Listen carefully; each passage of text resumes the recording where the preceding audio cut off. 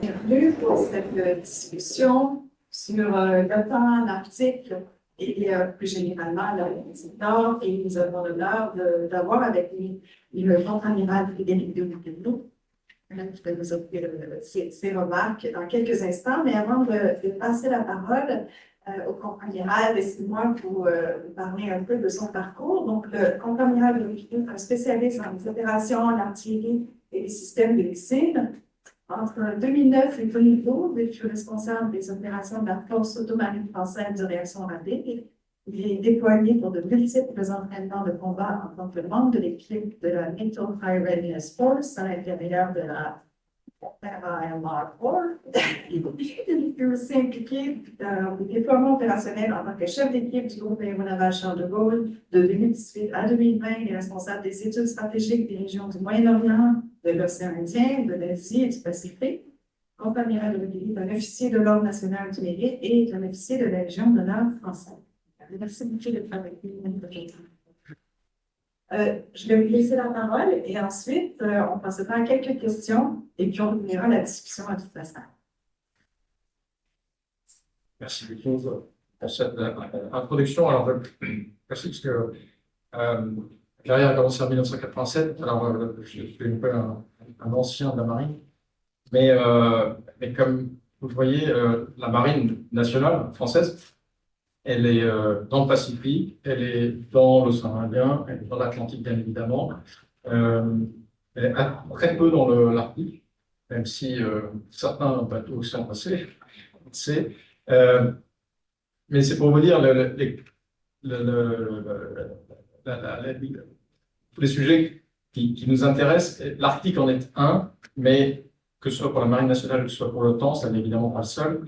Et l'intervenante précédente se demandait pourquoi on n'avait pas de stratégie pour l'Arctique. On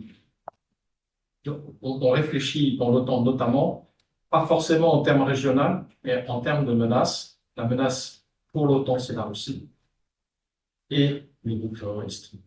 L'OTAN se donne officiellement deux menaces, elle doit être réglée. 32 nations qui forment l'OTAN se sont entendues pour définir deux menaces, la Russie et les groupes terroristes. Les groupes terroristes, il y en a assez peu en Arctique, tant qu'il les souhaitait pas. En revanche, la Russie est très présente en Arctique. Je vais revenir sur ce point-là. Avant d'aller plus dans le détail de l'Arctique, je voudrais faire quelques rappels, quelques précisions sur l'OTAN. Parce que, évidemment, on parle beaucoup de l'OTAN, mais finalement, les citoyens des 32 nations qui composent l'OTAN ne connaissent pas forcément bien l'OTAN. Tout d'abord, l'OTAN, c'est une organisation politique. 32 pays se sont entendus, selon une charte, un traité, le traité de Washington, se sont entendus pour être solidaires dans leur défense. Avec le fameux article 5 du traité.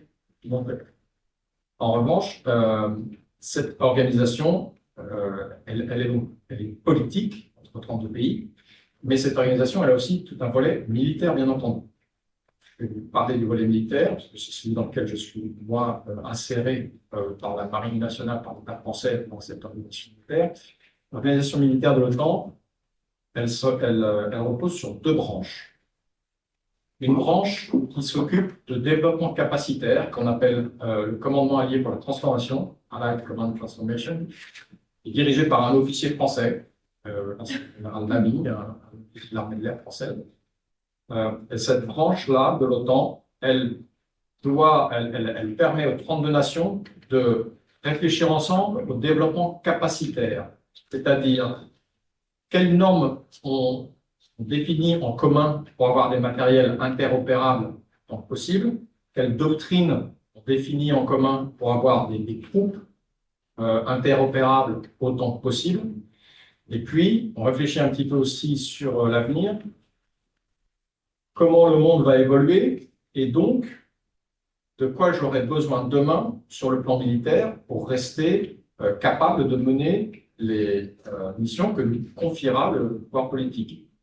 Notamment, est-ce que j'ai besoin d'être plus capable de travailler dans l'Arctique?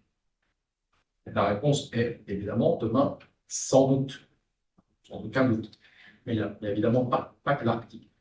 Demain, si la Russie menace, son menace officielle, capable de faire de l'informatique quantique et de casser tous nos codes de chiffrement, évidemment, il faut que je m'y prépare. Vous voyez, ça, c'est un réflexion capacitaire. De quoi je vais avoir besoin demain? Comment je fais pour rester une alliance, c'est-à-dire une 32 nations capables de travailler ensemble à tout moment. Ça, c'est une branche militaire de l'OTAN, commandée par un officier français, dont l'état-major principal est à Norfolk, aussi en Virginie, et puis qu'il y a des états-majors subordonnés en Europe. Puis, il y a la deuxième branche de l'OTAN qui s'occupe des opérations de l'OTAN. Elle est dirigée par un officier américain, qu'on appelle SACEUR, le Supreme Allied Commander Europe. Cette branche, elle s'occupe de toutes les opérations que doivent mener les forces de l'Alliance lorsque l'Alliance, en tant que telle, mène une opération. SACEUR, il a un état-major à Mons, en Belgique, état-major dit de stratégique. Et puis, cet état-major s'appuie sur 3 états-majors JFC, Joint Force Command, les états-majors de forces interarmées, qui vont conduire les opérations. Ces 3 états-majors, ces 3 JFC, sont situés pour l'un à Naples, en Italie, pour l'autre à Brunssum, Pays-Bas, et puis pour le 3e à Norfolk également, aux États-Unis. Et ces 3 états-majors ont chacun une partie de la zone de responsabilité de l'OTAN à leur charge. Donc, on a réparti la zone de responsabilité de l'OTAN entre ces 3 états-majors et on a dit à chacun de ces 3 états-majors, vous vous organisez avec toutes les forces que l'OTAN peut mettre éventuellement à votre disposition pour assurer la défense des pays d'alliance, chacun dans votre zone. Alors, je reviens d'abord à la zone de l'Alliance. Vous savez que le traité de l'Atlantique Nord définit la responsabilité de l'Alliance dans l'Atlantique Nord, jusqu'au tropique, et puis tous les pays de l'Europe. Il ne couvre pas les 2 pays de l'Alliance qui sont en Amérique du Nord. C'est-à-dire que ces 2 pays de l'Alliance ont leur propre accord, vous savez ça mieux que moi ici, ont leur propre accord pour assurer la défense de cette zone, de leurs 2 pays. En revanche, tous les autres territoires des membres de l'Alliance sont sous protection de l'Alliance, et s'il fallait opérer au titre de l'article 5 parce que l'un de nous est agressé et que nous opérons collectivement, s'il fallait opérer dans cette zone-là, eh bien, un des JFC, selon le territoire où on intervient, probablement les 3, parce que je suppose que la Russie, si elle commence à faire quelque chose, elle aura plusieurs endroits, mais chacun de ces JFC prend en charge une partie de la défense de cette zone qui revient à l'OTAN. Le JFC de Norfolk se charge des opérations qui se passeraient en Atlantique, des opérations sur certains territoires des pays membres de l'Alliance et des opérations potentiellement donc, dans la zone arctique. À ce titre-là que j'ai été invité, ce n'est pas parce que je suis un spécialiste de l'Arctique, vous l'avez vu mon parcours dans le Pacifique, et puis la France, la Marine nationale ne participe pas dans l'Arctique, mais c'est bien parce que le JFC dans lequel je travaille se charge des opérations potentiellement dans la zone arctique. Alors, pas potentiellement, des opérations dans la zone arctique. Je vais revenir sur le potentiellement. Donc, on est le seul JFC, sur les 3 JFC que possède l'Alliance, seul JFC localisé en Amérique du Nord. Et on est le seul donc, de la branche des opérations localisée en Amérique du Nord. Pourquoi alors, moi, ce que je fais précisément dans ce JFC, c'est la planification opérationnelle. C'est-à-dire que je suis chargé des plans. C'est-à-dire qu'il faut que j'ai un plan pour lutter contre la menace terroriste et lutter contre la menace russe. Donc, c'est ce qu'on fait. On a des plans. Évidemment, les plans évoluent en permanence. Mais on a un plan pour lutter contre les Russes. Et ce plan, évidemment, il y a une partie qui va se passer en Arctique, probablement. On a un plan pour ça, écrit. Alors, pourquoi est-ce qu'il faut potentiellement intervenir en Arctique? L'OTAN est une alliance défensive. On ne va jamais aller escorter des bateaux pour aller forcer le passage, que ce soit en territoire russe ou ailleurs. En revanche, s'il y a une menace avérée, on va se défendre. Donc là, il n'est pas exclu que si des bateaux passaient dans cette zone-là, dans un futur du moins lointain, soient agressés et il doit être protégé. Il n'est pas exclu que l'OTAN s'organise pour ça. Mais là, on est dans un scénario où on a des bateaux à pousser, enfin, on a notre commerce menacé. Comme par exemple, on le fait, et là, c'est pas l'OTAN, mais comme par exemple, on le fait actuellement en mer Rouge, dans le détroit de Bab el-Mandeb, où on suit les menaces houthistes, enfin, les agressions houthistes contre les bateaux qui passent en Bab el-Mandeb. Là, ce n'est pas le territoire de l'OTAN, mais les nations se sont mises d'accord, l'opération Aspides, pour aller escorter des bateaux qui sont sous menace, comme on l'a fait par le passé dans le détroit d'Ormuz, pour faire passer nos pétroliers, parce que la guerre Iran-Irak menaçait nos bateaux. Quand il le faut, on défend. Donc, Bab el-Mandeb, détroit d'Ormuz, ça n'est pas la zone de l'OTAN, donc là, c'est un exemple. Je reviens dans la zone de l'OTAN, l'Atlantique Nord. Si on avait du commerce, et si, mais pas tout de suite, puisque c'est pas encore naviguer librement par là, et si nos bâtiments de commerce étaient soumis à une menace, oui, potentiellement, l'OTAN pourrait être un moyen pour répondre à cette menace et assurer une protection. En revanche, on n'a pas aujourd'hui une alliance défensive, donc on ne va pas aller aujourd'hui de façon offensive, accompagner des bateaux pour forcer un passage dans des eaux qui sont par juridiction sous souveraineté russe, bien entendu. Donc on est une alliance défensive. On a une vocation, en fait, deux vocations, et on a un concept d'opération militaire que vous connaissez sans doute, qui s'appelle Deterrence Defense. Donc, on a la vocation d'empêcher une agression russe, de dissuader une agression russe. Si elle se produit, si on échoue dans cette première partie, si une agression russe se produit, à ce moment-là, on défend les territoires de l'Alliance, les pays de l'Alliance. Mais le premier volet, c'est évidemment la dissuasion. Encore une fois, si on doit utiliser des moyens militaires, quand on en arrive aux mains, c'est qu'on a mal fait son travail avant, et je suis le premier à penser que moins les militaires en feront, mieux ça sera. Donc notre travail prioritaire, c'est bien de dissuader un agresseur russe. Alors, pourquoi c'est important vis-à-vis de la Russie? Parce que la Russie tente de créer des avantages. Qu'est-ce que ça veut dire? C'est-à-dire que la Russie est une puissance moyenne, sur le plan militaire, sur le plan économique. C'est une puissance moyenne, pas une grande puissance comme les États-Unis ou la Chine.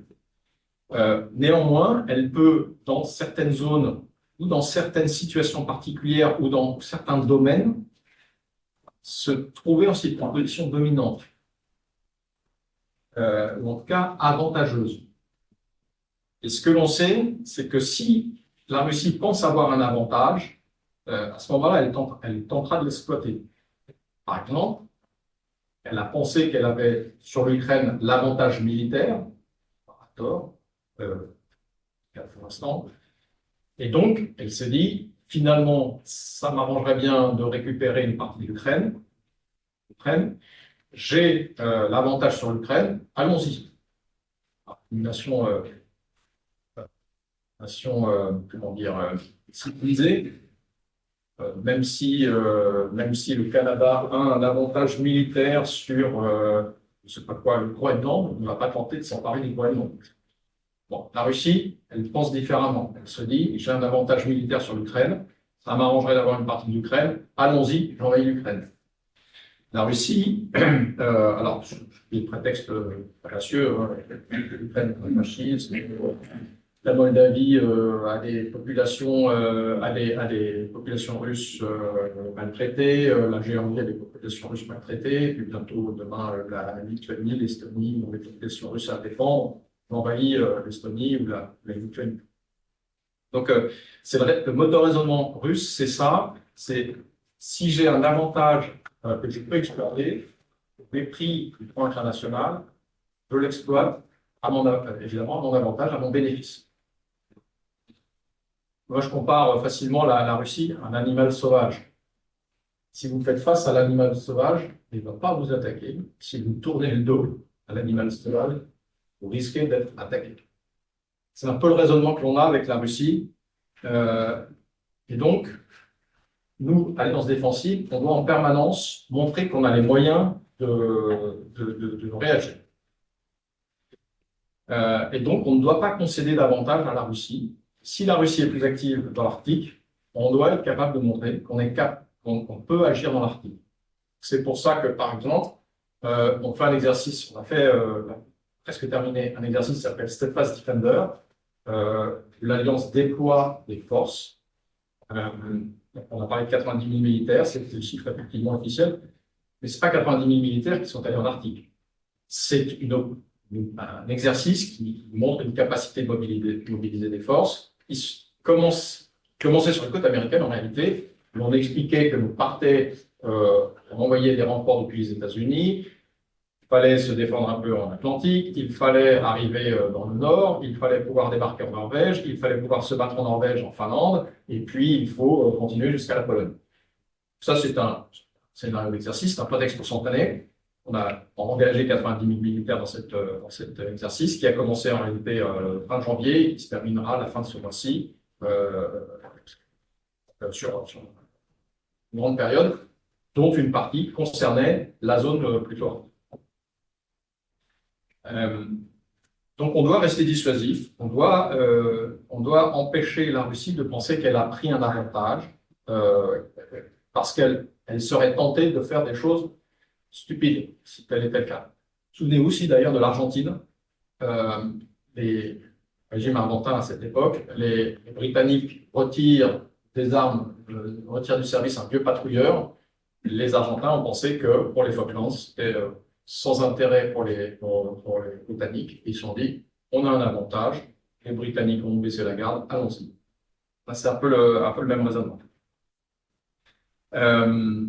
Le problème que l'on rencontre là, c'est que si la Russie tente d'exploiter cet avantage, si elle a fait une mauvaise appréciation de la situation, eh bien, on va se retrouver dans une situation de début de conflit qu'on souhaite éviter. Donc, il ne faut pas lui laisser faire cette mauvaise appréciation de situation qui pourrait l'inciter à faire quelque chose contraire au droit international qui nécessiterait derrière une réaction plus forte. Donc, on veut dissuader l'adversaire pour éviter d'avoir à combattre, puisqu'on sait bien que si on commence à rentrer dans un conflit, il n'y a jamais de bénéfice pour personne. Mais évidemment, on est prêt, le cas échéant, et on sait qu'on a militairement, à 32 nations, on a militairement l'avantage sur la Russie, sans aucun doute, mais on sera vainqueur, bien entendu, mais évidemment, ça sera fait le prix pour les uns et pour les autres, ça reste à définir. Donc, si on est suffisamment démonstratif, on évite le malentendu côté russe qui l'inciterait à attaquer. En revanche, donc, il faut être dissuasif et donc présent. Il faut montrer à l'adversaire que l'on sait ce qu'il fait, qu'on suit ce qu'il fait et qu'on sera prêt à le laisser faire n'importe quoi. Et puis, par ailleurs, vous connaissez très bien, civis pacem para bellum, si on veut montrer à l'adversaire qu'on est prêt potentiellement à l'arrêter, y compris en Arctique, eh bien, il faut être capable d'avoir des capacités dans l'Arctique. Alors, le gouvernement canadien a bien compris avec ce programme d'investissement de défense qui se tourne vers le nord aussi, mais ce n'est pas que pour le Canada. Il faut qu'on soit tous, peut-être membres de l'Alliance, il faut qu'on soit prêts à opérer en Arctique. Alors, le Dr Borzillo parlait de militarisation de l'Arctique. Côté russe, sans aucun doute, il y a des installations de base, il y a des déploiements de forces, etc. Côté otanien, je n'irai pas jusqu'à dire militarisation. En revanche, construction de notre capacité à intervenir dans l'Arctique, oui. C'est-à-dire qu'on voit que le Canada, les États-Unis et d'autres, on s'entraîne, on développe des matériels et des procédures pour être capable d'opérer. Donc, c'est pas parce qu'on va faire un exercice dans cette zone-là ou que l'on va se doter de moyens particuliers capables d'opérer, ou de parachutistes capables d'opérer dans cette zone-là, que l'on va coloniser l'Arctique. En revanche, oui, on a le devoir de développer des moyens militaires crédibles, pas seulement en Arctique, puisque l'on est face à la Russie, c'est aussi en Centre-Europe, c'est aussi en mer Noire. On doit démontrer, être capable de montrer et de démontrer que l'on est un adversaire sur lequel la Russie n'a pas d'avantage. Si elle a un avantage, ce que je disais avant, elle risque de vouloir l'exploiter. Et donc, on va se partir dans un engrenage qu'on ne souhaite pas voir.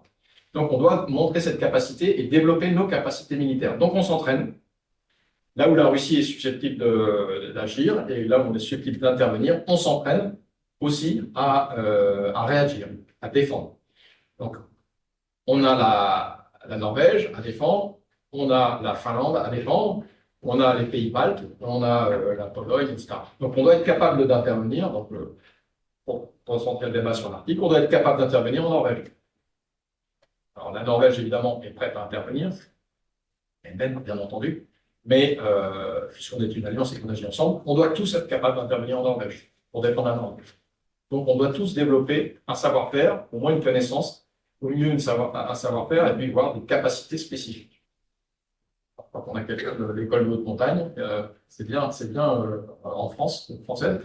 Donc, c'est bien dans cet esprit que l'on essaye d'enrichir notre compétence, y compris nous, France. Nous ne sommes pas ni un Arctic State.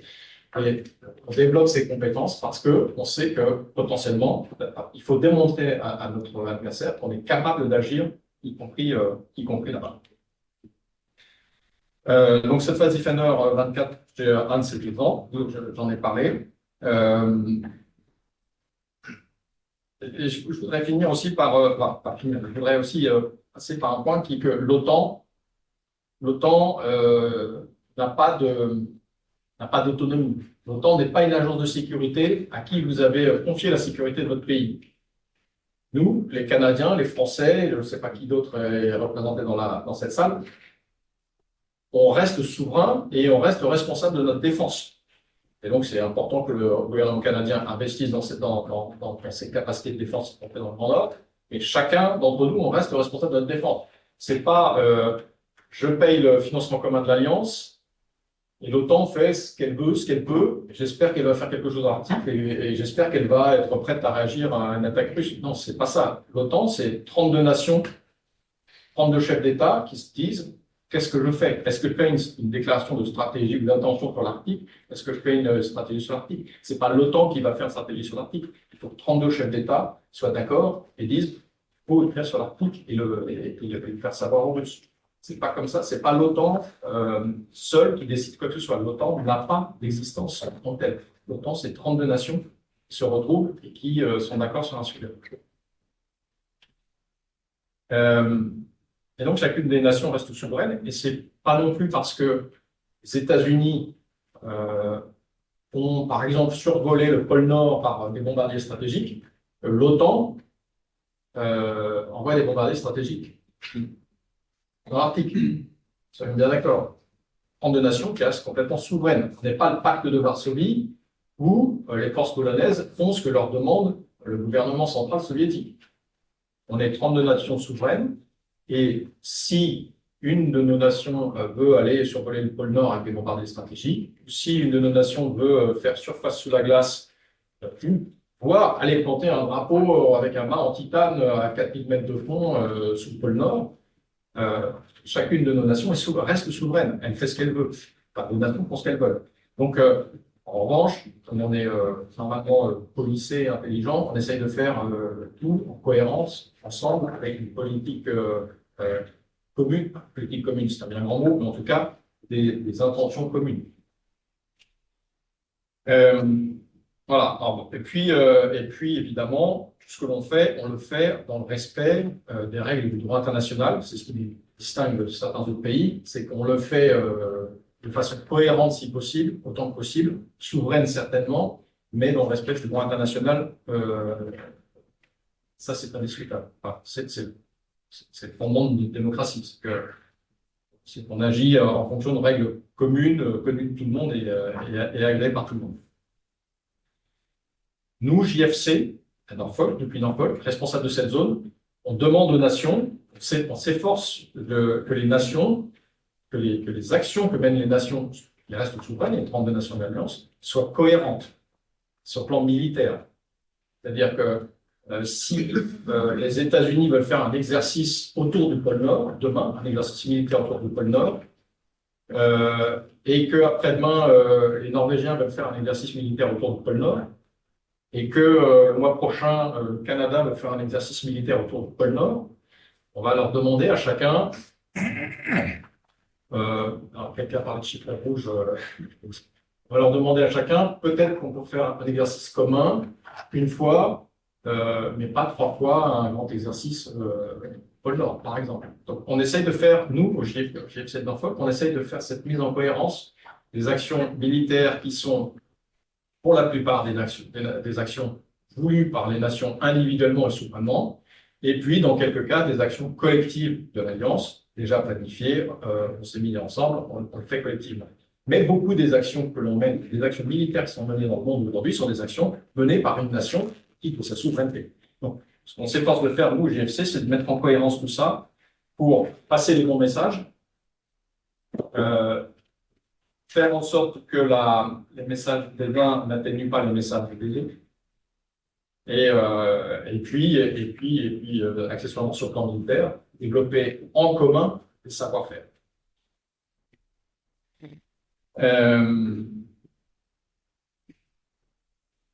Voilà. Dernier point, les 32 membres de l'Alliance vont pouvoir opérer partout où la Russie est susceptible de conduire une invasion. Donc évidemment, ça peut subvenir dans la Norvège, la Finlande, au Svalbard, par exemple. On va très bien imaginer que la Russie est une minorité protégée au Svalbard, une minorité oppressée au Svalbard qui nécessiterait que la Russie envahisse le Svalbard. Je ne comprends pas. Pas du tout idiot, pas du tout impossible comme scénario. Donc on doit continuer à développer nos capacités, nos savoir-faire, et donc on va être certainement toujours présent dans cette zone-là. Voilà. Bon, pour opérer à titre dissuasif, défendre tous nos concitoyens, on ne peut pas se permettre d'ignorer ou de ne pas comprendre cette zone-là. Donc, notre responsabilité, nous, militaires, c'est de bien comprendre ce que les dynamiques, les facteurs déterminants, les enjeux commerciaux, les enjeux de ressources, évidemment la compréhension du changement climatique, tout ce que ça porte avant d'y bâtir un exercice militaire, bien entendu. Donc moi, à cette fois-là, je ne suis pas un spécialiste d'Arctique. Je pense qu'il y a 10 fois plus de compétences réunies ici que je ne pourrais jamais en avoir moi dans la zone. C'est pour ça que je suis très content de participer et d'écouter ce qui se dit, de mieux comprendre la zone, puisque on n'agira là-bas que en comprenant bien les enjeux de la zone. Voilà, j'ai terminé pour cette introduction. Je vous rends la parole. Merci beaucoup pour l'exposé qui était éloquent sur les paramètres et les enjeux de l'organisation en Arctique. Évidemment, vous avez mentionné beaucoup de choses, mais notamment le fait que l'Arctique est dans la mire de l'OTAN, ou en tout cas une priorité pour l'OTAN depuis peu, certainement que l'agression russe en Ukraine et l'adhésion de la Suède et de la Finlande à l'organisation a changé la donne. Mais j'aimerais revenir sur la question du partage de fardeau, et notamment sur le partage de la notion de fardeau et sur la notion de partage. Plusieurs experts ici ont, notamment Léa Charon, qui fait partie de notre réseau d'analyse stratégique à cause d'une récente étude, a écrit un texte en disant que la solution pour protéger le Nord Arctique était moins d'avoir plus de Canada dans l'OTAN, dans le Grand Nord, mais plutôt plus d'attention à la défense continentale. Et je reviens au partage du fardeau, où il semble y avoir une prémisse pour quoi le Canada et les États-Unis doivent prendre les moyens pour défendre leur territoire aussi. Et donc, encore une fois, la question de est-ce qu'il y a une réticence du côté de l'OTAN de trop s'investir au niveau de la défense continentale? Est-ce qu'on voit pas ça plutôt comme un fardeau qui est apporté aux États-Unis et au Canada? Surtout si on regarde que le Canada n'a pas encore atteint son 2% de contribution à l'organisation. Puis, une deuxième question, puis ensuite, évidemment, je vais ouvrir aux vrais experts qui sont dans la salle. Vous parlez de l'importance de l'interopérabilité, d'agir ensemble, de partenariat. Or, le Canada et les États-Unis font partie des Five Eyes.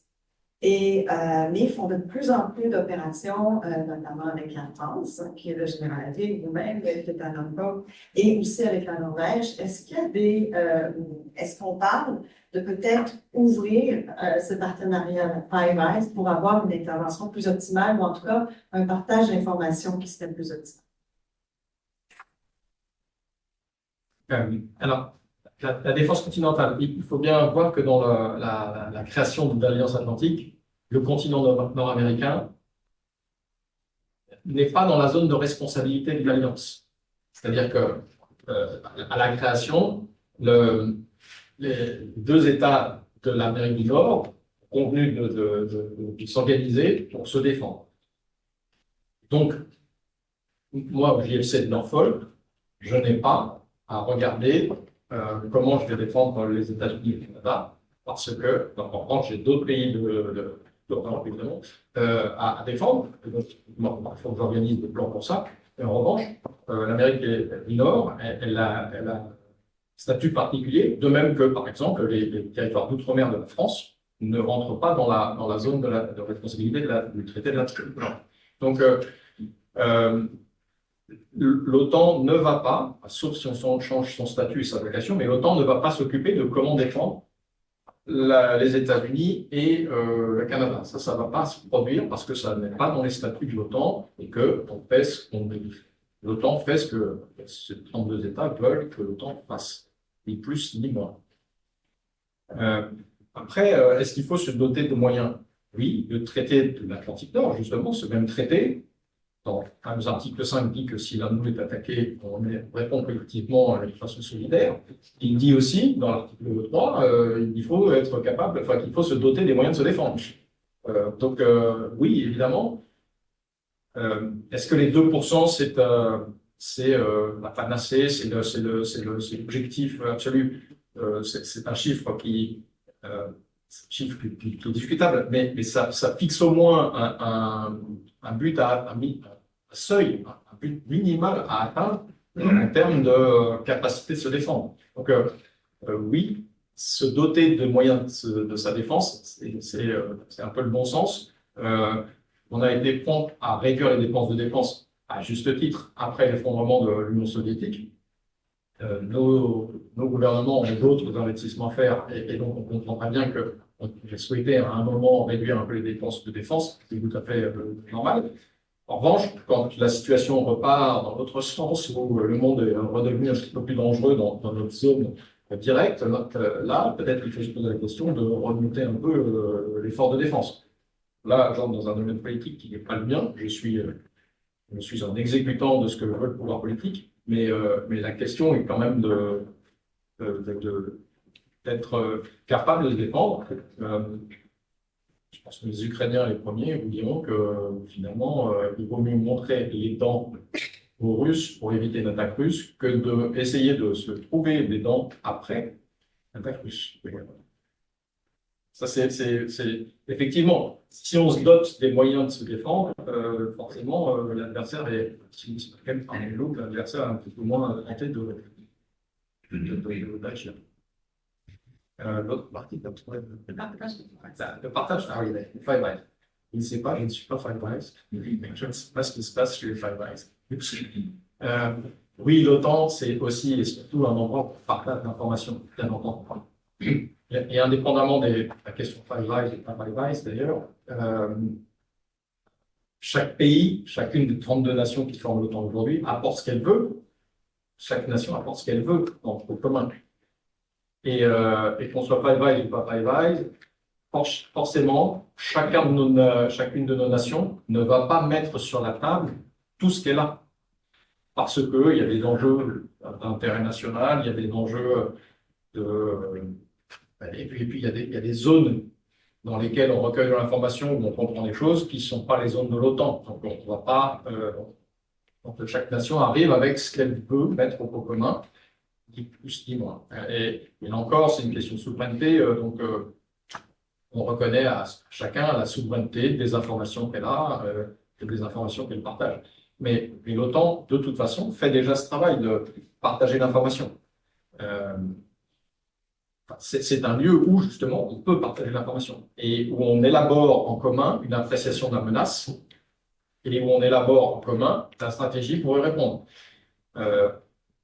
Et nos nations sont suffisamment intelligentes pour apporter ce qui est nécessaire, parfois juste ce qui est suffisant, mais au moins ce qui est nécessaire pour qu'on ait une compréhension commune de quelle menace on a en face de nous, que ce soit dans le domaine du terrorisme, dans le domaine de la Russie, de menaces agréées par l'OTAN.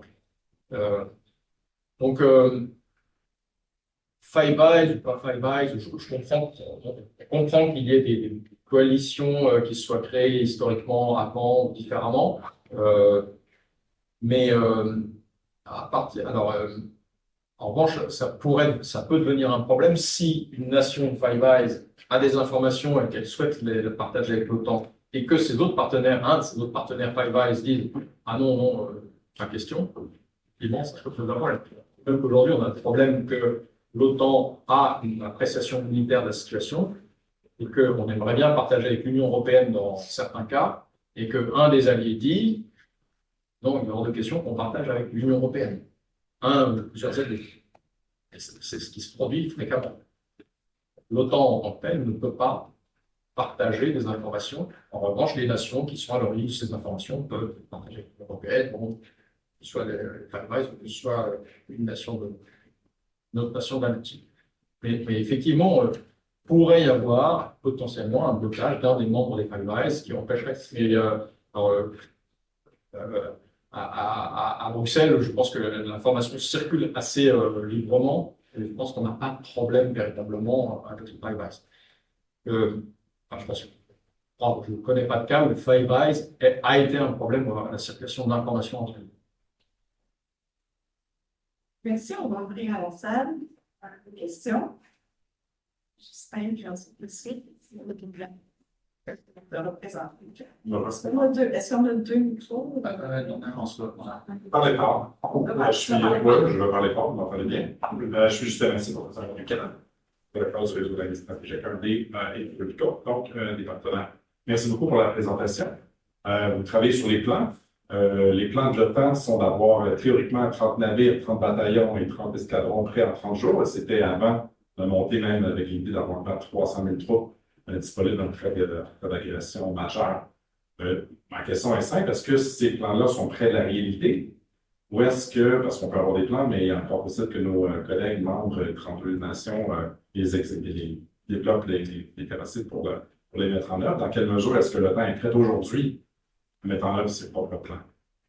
Est-ce qu'on peut prendre une autre question? Je vais prendre un oui. Si vous voulez vous présenter aussi. Jean-Noël Bérubé. Une question toute simple. Vous avez évoqué l'idée des ordinateurs quantiques et du cryptage. Je me demandais si le temps était peut-être venu d'un article 5 qui couvre les cyberattaques, à savoir, comme on l'a vu récemment, l'Allemagne, à cause d'une faille, semble-t-il, dans Outlook, a été victime d'une intrusion et des plans qui étaient prévus dans un conflit en Europe actuellement ont été divulgués accidentellement. Alors, est-ce qu'il y avait lieu d'ajouter que l'un ou l'autre des pays de l'OTAN attaqués par un cyberattaquant, dans ce cas-ci, sans nommer la Russie, est-ce que pourrait-ce constituer une infraction qui fait que l'ensemble des pays puissent l'aider à surmonter la cyberattaque? Une dernière question après ça. Chantal. Oui, merci. Je me présente, je suis Chantal Lavallée, je suis professeure au Collège unitaire Royal à Saint-Jean. Et mon expertise porte sur l'Union européenne, je vais parler plus tard aujourd'hui, mais ma question aujourd'hui, pour l'instant, est un peu naïve. J'ai été surprise de vous entendre, puis je pense que c'est moi qui, encore là, dans mon approche, mais de décrire la Russie comme une puissance moyenne, à partir du moment où il y a l'arsenal nucléaire. Je me demandais de quelle façon ça peut être pris en compte, puis dans quelle mesure ça a un impact sur l'analyse des menaces qui sont faites. Puis peut-être, si je me permets, une autre question. Même les États-Unis ont souvent, on peut difficilement imaginer un déploiement sur 2 cadres d'opération. Dans quelle mesure le fait que la Russie en ce moment est monopolisée avec la guerre en Ukraine au niveau de son arsenal, puis a besoin de ses partenaires pour assurer un ravitaillement, présente vraiment ce moment pour quand même un certain nombre d'années une menace. réelle en Arctique, même si, oui, il y a une présence militaire, mais dans quelle mesure on peut la considérer, sachant qu'il y a la guerre en Ukraine, qui est présentée pour l'instant comme à accentuer la menace en Ukraine, mais peut-être encore là, c'est mon approche naïve, je me dis, est-ce que c'est vraiment un risque aussi réel pour le moment? Alors, c'est dans l'ordre. Alors, 30 bataillons, 30, oui. Ça sont des chiffres qui correspondent plus au plan actuel. Il y a un nouveau modèle de force. Et la question, et c'est une bonne question. Moi, je ne sais pas si l'OTAN est prête, parce que l'OTAN, encore une fois, l'OTAN n'existe pas en tant que telle. Il y a 32 nations qui sont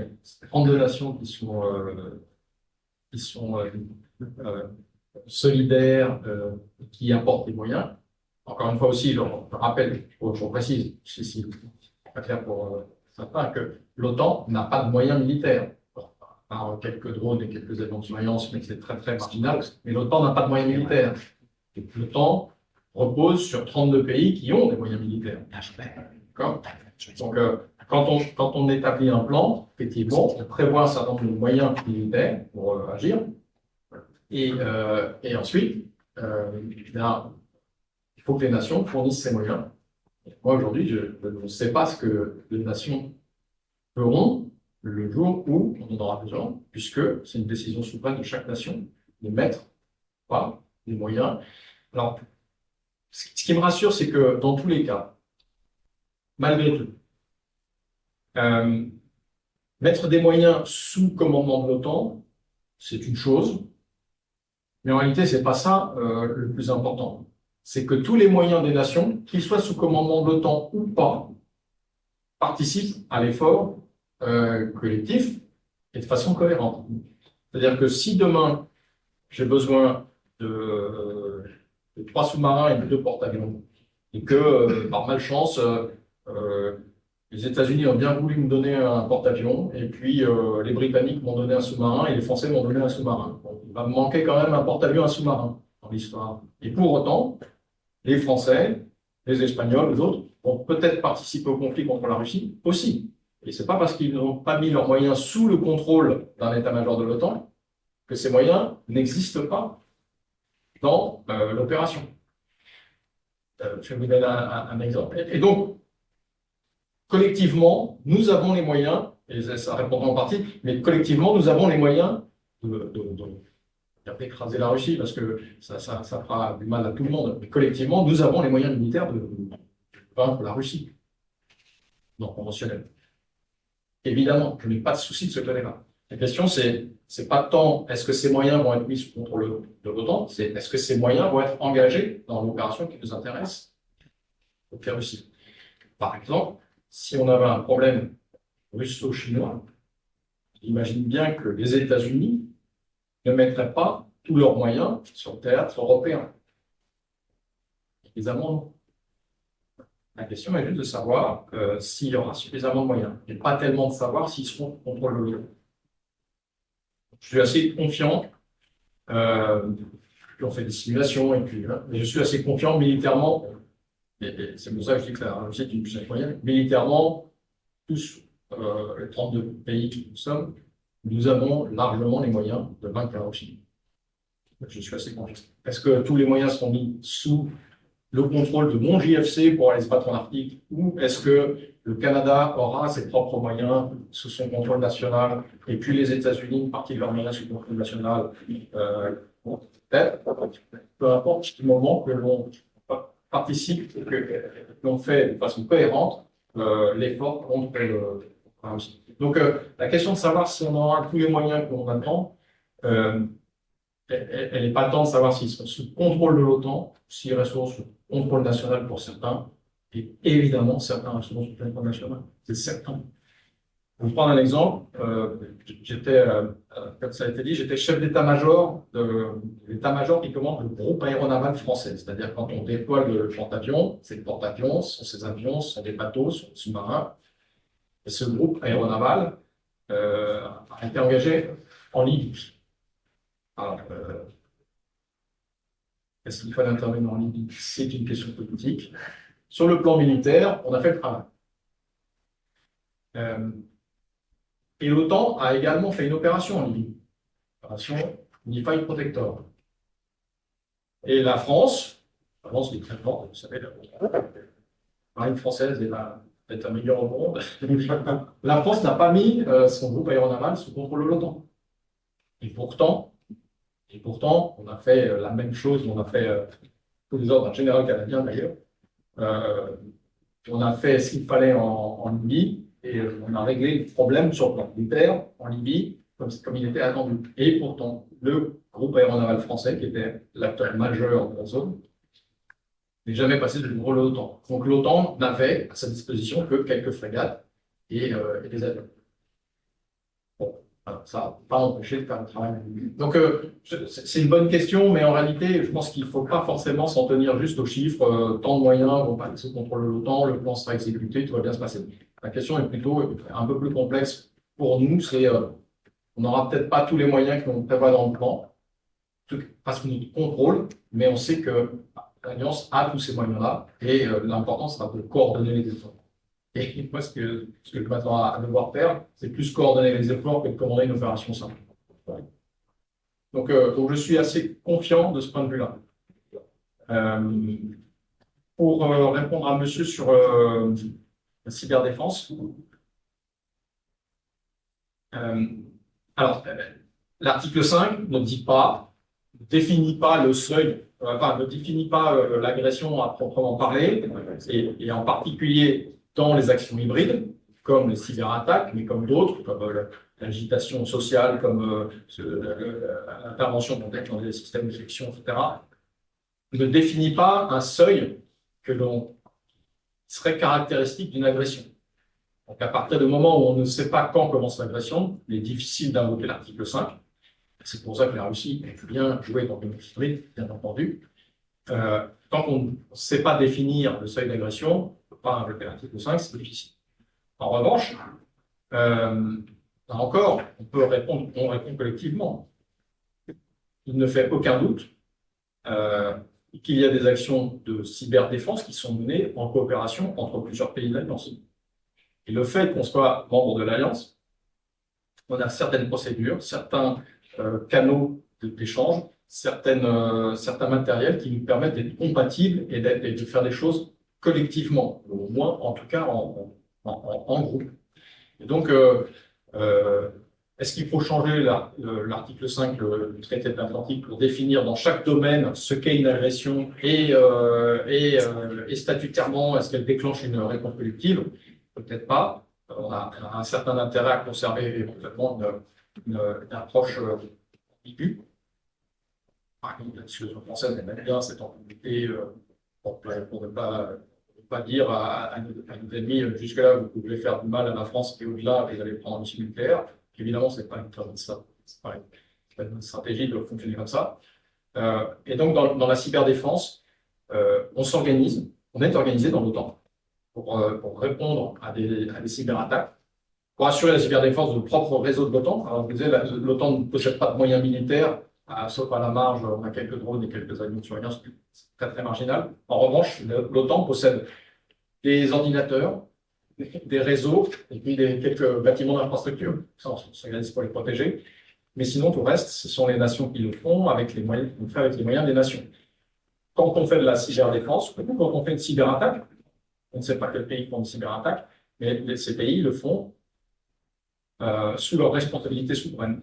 Et donc, si l'Allemagne est attaquée, je suppose que la NSA américaine attaque aussi, que les services français attaquent aussi, que je suppose que le Canada fait des actions aussi. Donc, il n'y a aucun doute là-dessus. Encore une fois, c'est quelque chose qui ne se fait pas. C'est un peu comme la première question, ça ne se fait pas sous direction de l'OTAN avec des moyens qu'on a confiés à l'OTAN et on a dit à l'OTAN, voilà, je vous donne ça, maintenant allez-y. C'est pas comme ça que ça se passe. Mais en revanche, les 32 nations ont la force d'être autant que possible cohérentes et s'entendre entre elles pour un certain nombre d'actions. C'est un peu ça la force de l'Alliance, c'est pas seulement d'avoir une structure militaire capable de diriger une opération avec la tête qu'on leur a donnée. C'est aussi d'avoir ces 32 nations qui sont capables collectivement de faire des choses un peu cohérentes, même si elles les font à titre individuel. Bon. D'ailleurs, le domaine de la cyberdéfense, et la cyberattaque. Contrairement au domaine conventionnel, on sait donner des bateaux, des avions, des chars, l'OTAN, le contrôle et dire à l'OTAN, voilà, on vous a donné 30 bateaux, 30 avions et 30 chars, allez, allez-y. En revanche, les nations ne donneront pas à l'OTAN, en tout cas pas dans la construction actuelle, des moyens de cyberattaque. Ça restera des moyens mis en œuvre au niveau national. En revanche, on pourra dire à l'OTAN de quoi avez-vous besoin, qu'est-ce qui vous aiderait dans l'opération qu'on va mener, qu'est-ce que nous on peut faire, les moyens nationaux. Et encore une fois, ces moyens de cyberattaque ne passeront pas sous le contrôle de l'OTAN, un peu comme d'autres moyens militaires conventionnels ne passeront pas sous le contrôle de l'OTAN. Mais s'ils participent à l'effort collectif, ben c'est parfait. Et puis pour finir avec la Russie, j'espère que j'ai bien répondu à votre question, la Chine. Et pour revenir à la Russie, alors la Russie est une puissance nucléaire, ça ne fait pas d'elle une puissance majeure. La France est une puissance nucléaire, la France est une puissance majeure dans le monde. Il n'y a que deux grandes puissances aujourd'hui, pour être clair, c'est les puissances mondiales, donc les États-Unis et la Chine.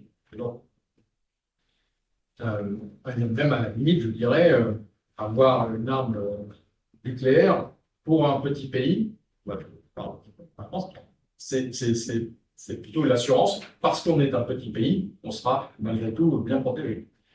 Et donc je qualifie la Chine de puissance moyenne parce que économiquement, parce que militairement, je dis que l'ensemble de l'Alliance a plus de moyens que la Russie, merci. Pour l'instant. Donc la Russie n'a pas l'avantage, donc la Russie ne va pas faire un mauvais calcul et va passer le pied. Parce qu'elle est plus moyenne et qu'elle n'a pas cet avantage. Donc la Russie reste pour moi une puissance moyenne et dans l'Arctique, la capacité militaire de la Russie n'a pas baissé. Le conflit en Ukraine, dans l'Arctique, ça repose beaucoup évidemment sur la flotte du Nord à Murmansk, à Kola. Cette capacité militaire est intacte. La montée en Ukraine n'a aucun impact sur cette capacité militaire. Puis enfin, n'oublions pas que le mythe des 2% pour les pays de l'Alliance, pour la Russie, c'est loin derrière les 2%. Enfin, surtout en ce moment, et en particulier en ce moment. Donc la Russie a une économie qui lui permet de générer des moyens et beaucoup plus facilement que nous. Hélas, tant mieux, on est des démocraties. L'éducation, c'est pas quand on commence à faire des militaires, c'est qu'on a fait son travail avant. Et donc, nos vocations, nos 32 États à nous, n'est pas de créer de la puissance militaire. Là aussi, c'est son cas. Donc, elle est capable de générer de la puissance militaire assez rapidement, beaucoup plus rapidement que nous. Donc, à ce titre-là, dans l'article, elle reste parfaitement capable et la fleur d'Ukraine ne la limite pas de ce qu'elle fait. Parce que la marine soviétique, l'aviation soviétique n'est pas touchée par l'invasion de l'Ukraine. Elle consomme beaucoup d'hommes, c'est beaucoup de pauvres Russes qui ont été envoyés sur le pays. Alors, un second tour de questions, Stéphane. Comment? Oui, plusieurs questions.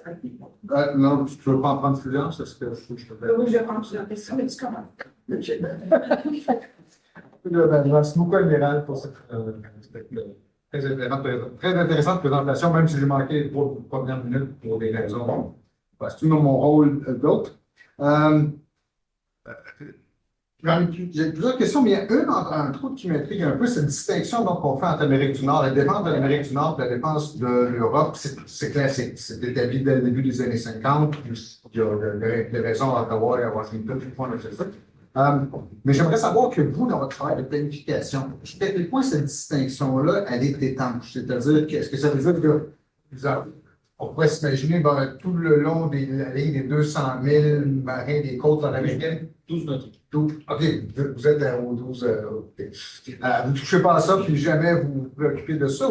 J'imagine quand même qu'il doit y avoir une certaine information doit être collée, l'évaluation des menaces aussi doit s'échanger. Il doit y avoir quand même un certain nombre de liens entre les deux. Ce n'est pas étanche comme distinction. Oui. On a parlé déjà un petit peu tout à l'heure de navigation dans la glace. Et puis, vous avez évoqué la dissuasion puis les sous-marins. Je me demandais quel impact les changements climatiques et le changement dans la répartition de la glace aidaient ou non les sous-marins à réguler le danger. Oui, merci beaucoup, Admiral. Je vais analyser un petit la subtilité de l'Alliance. On voit que la potentiel changement d'administration à Washington. Ça pose pas une question sur, pas effectivement l'ensemble des États-Unis, mais en tout cas les lanceurs, des certains postes clés qui sont cruciaux pour l'Alliance. Par exemple, en France aussi, le patient des l'auto-en-Angleterre, madame, il y a quand même fait un peu quelques minutes, même si c'est les rythmes marginaux. Et on voit qu'il y a quand même des réflexions internes dans les États, les moyens volontés de bouger cette activité. Alors, c'est de répondre dans l'ordre de niveau. Alors, effectivement, par construction, la zone protégée au titre de l'Alliance, elle s'arrête, côté de l'océan Atlantique, elle s'arrête à la limite de souveraineté des États-Unis et du Canada. La souveraineté, c'est 12 nautiques. Hein. C'est pas 200. 200, c'est une zone économique. Donc, c'est 12 nautiques. Donc, par construction, ça s'arrête aux 12 nautiques des côtes américaines. Nord-américaines.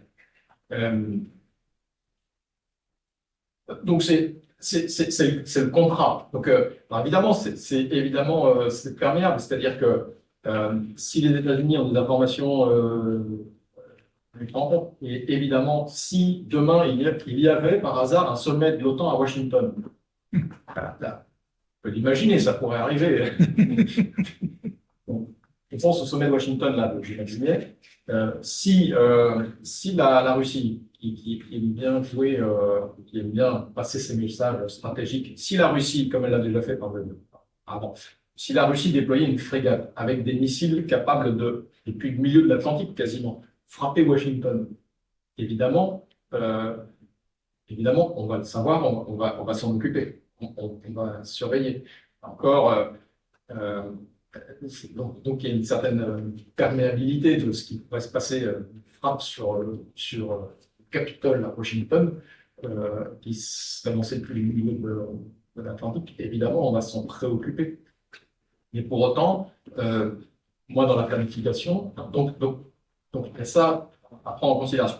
Par ailleurs, pour revenir à une toute première question tout à l'heure, il est évident que s'il y a une menace le long des côtes russes ou sur le territoire nord-américain, il est évident que les États-Unis et le Canada ne vont pas envoyer tous leurs moyens côté Europe s'il y a une menace qui existe sur le territoire nord-américain. Si le NORAD ou Northcom dit « moi j'ai besoin de moyens », que s'il y a aussi en Indo-Pacifique des choses à faire, eh bien on se rend bien compte que dans la répartition des moyens, des efforts notamment militaires du Canada et des États-Unis, on n'aura pas tous les moyens dont disposent les États-Unis pour venir défendre la zone de l'Alliance Atlantique, bien entendu. Donc il y a ces interactions fortes entre la disponibilité des moyens, entre les effets où les actions seraient lancées depuis une zone mais auraient des effets dans d'autres zones. Et évidemment, on le prend en compte. Mais pour autant, moi qui m'occupe de plans pour lutter contre la Russie, je n'ai pas de plan pour défendre les États-Unis et le Canada. Avec un titre de l'annonce. Donc il faut que les États-Unis et le Canada se débrouillent tout seuls, comme ils le font depuis 1949, pas depuis toujours, depuis juin 1949. L'Alliance a exclu ça, puisque les États-Unis et le Canada ont dit on a notre propre organisation. Très bien. C'est comme ça. On pourrait imaginer différemment, mais il y a certains pays qui, d'une certaine façon, les États-Unis, c'est un peu le cas finalement, vont vous dire ok, ne vous inquiétez pas, je me débrouille. D'autres pays qui vont vous dire vous êtes lituanien, vous êtes content d'avoir le renfort de tous les autres. Si vous êtes américain, vous pouvez dire aux autres je me débrouille. Voilà. Bon, c'est par construction, c'est comme ça. Mais moi, ça ne me posera pas de problème. On va travailler plus, mais si on disait que le plan de défense, il en faut un aussi pour couvrir les États-Unis et le Canada, c'est une autre histoire, mais c'est un peu plus de travail. Mais Mais c'est juste parce que construction, c'est comme par définition, c'est comme ça. Moi, ça ne pose pas de problème. Là où ça pose des questions, effectivement, c'est est-ce que les États-Unis vont mettre plus ou moins de moyens, vont conserver sous leur contrôle pour protéger le long de leur côte ou leur zone d'Alaska, parce que les Russes pourraient.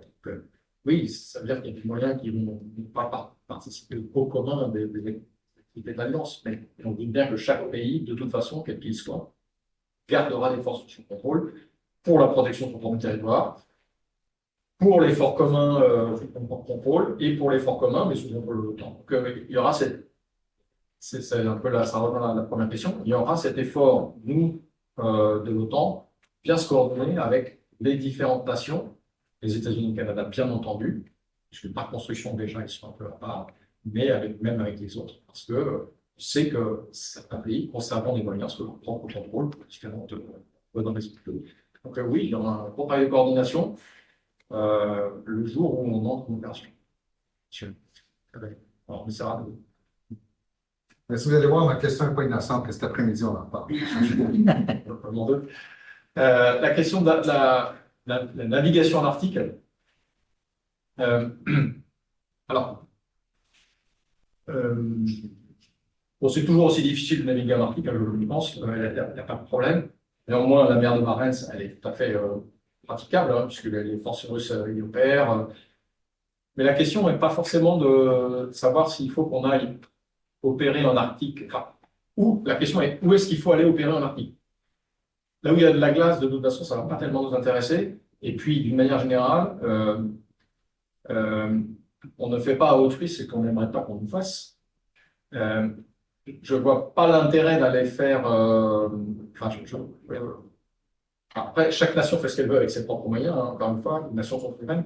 Mais je ne vois pas l'intérêt d'aller faire ce que les Russes ont fait devant, pas très loin de Washington, il y a quelques années, de faire émerger un sous-marin en disant tiens, en fait, on est là, on est à portée de missile de votre capitale. Je ne vois pas l'intérêt. Enfin, quoi, ça serait intelligent, nous, de faire la même chose et d'aller naviguer devant la presqu'île de Kola, devant Mourmansk, en disant tiens, bonjour, un sous-marin qui part en patrouille. Donc, on parlait d'agiter un chiffon rouge, on n'est pas dans la provocation. Donc, on n'a pas forcément un intérêt à aller naviguer dans ces eaux-là trop souvent.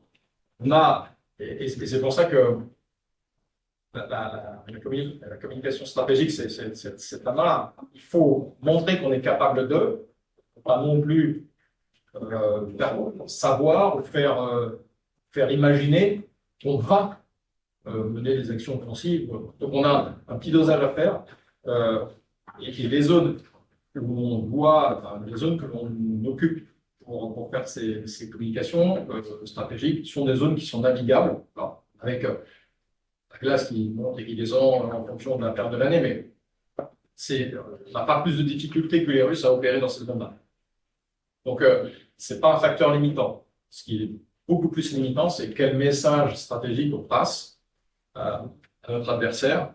Le message, c'est bien de ne pas y être trop souvent, il y être suffisamment.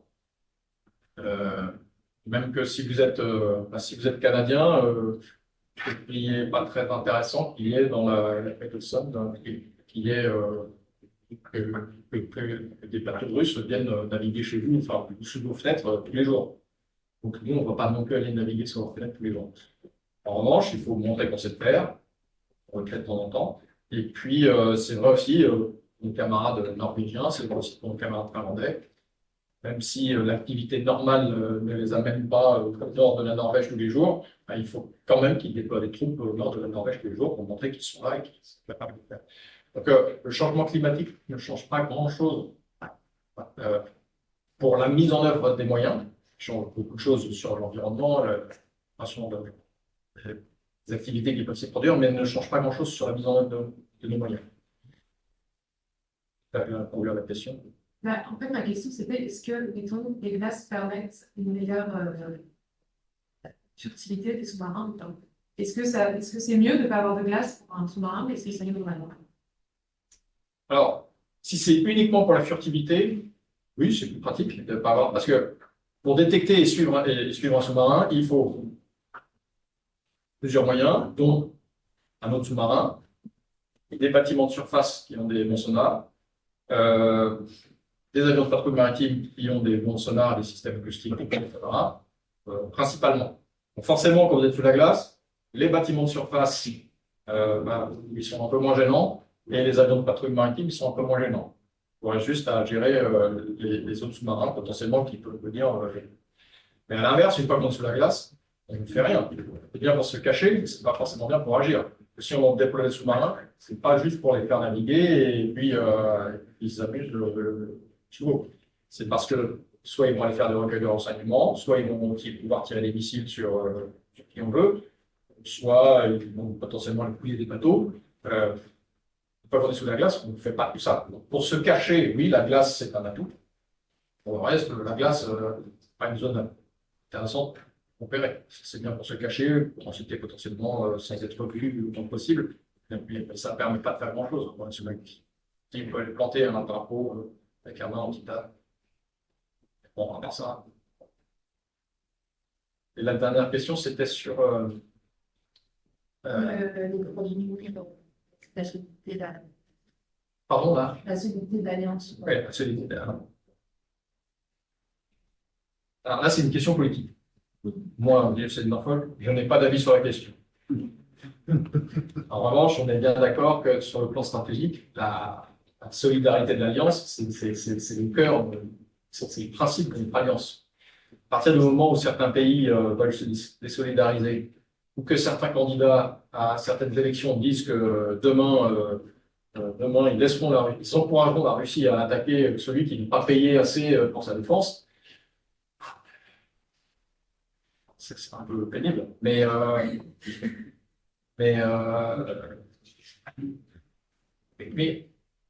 l'Alliance, c'est 32 nations qui ont convenu de se mettre ensemble dans un esprit de défense collective. Si demain un pays dit « moi je ne veux plus être membre de cette alliance », les pays sont souverains. On peut pas. On est dans des démocraties, on ne peut pas dire hors de question, c'est pas le pacte de Varsovie, hors de question qu'il y ait des alliances, vous restez là, et vos moyens militaires serviront, etc. Donc, si certaines nations veulent se désolidariser de l'alliance, qu'est-ce que vous voulez faire? C'est le choix démocratique de certains pays. Si une majorité d'Américains élit Donald Trump, demande à Donald Trump que les États-Unis sortent de l'alliance, c'est la volonté du peuple américain, on ne peut rien. C'est pour une raison du peuple américain. C'est d'ailleurs pour ça que le président français dit qu'il faudrait peut-être quand même que l'Europe soit un peu plus autonome et capable de se défendre. À juste titre, à mon avis. Et encore une fois, je suis arrivé à mon poste de JFC il y a presque 2 ans.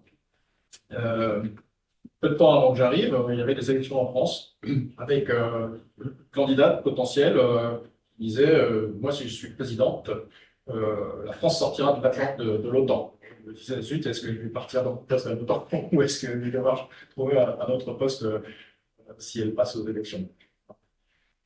Qu'est-ce que vous voulez? Si une démocratie élit un président ou fait un choix de sortir de l'alliance, c'est son choix, bien sûr. Ça fait partie des règles du jeu. Il faudra si les États-Unis sortaient de l'alliance, est-ce que les 31 pays restants, Canada pour rester de la question, est-ce que les 31 pays restants dans l'alliance réaffirment leur solidarité et très fort? Alors, il y aura le 31 pays. Là c'est une question politique. Et oui, le message de solidarité, c'est un élément fort pour que nos adversaires comprennent bien qu'il n'y a pas une brèche possible pour aller attaquer l'un sans déclencher la solidarité de l'autre. Ouais. C'est juste une dernière question. Après ça, il y a des règles du jeu qui d'accord. Ma première question, c'est est-ce que vous avez écouté le conseil de candidate? Mais sérieusement, ça ramène en fait au temps de ma question.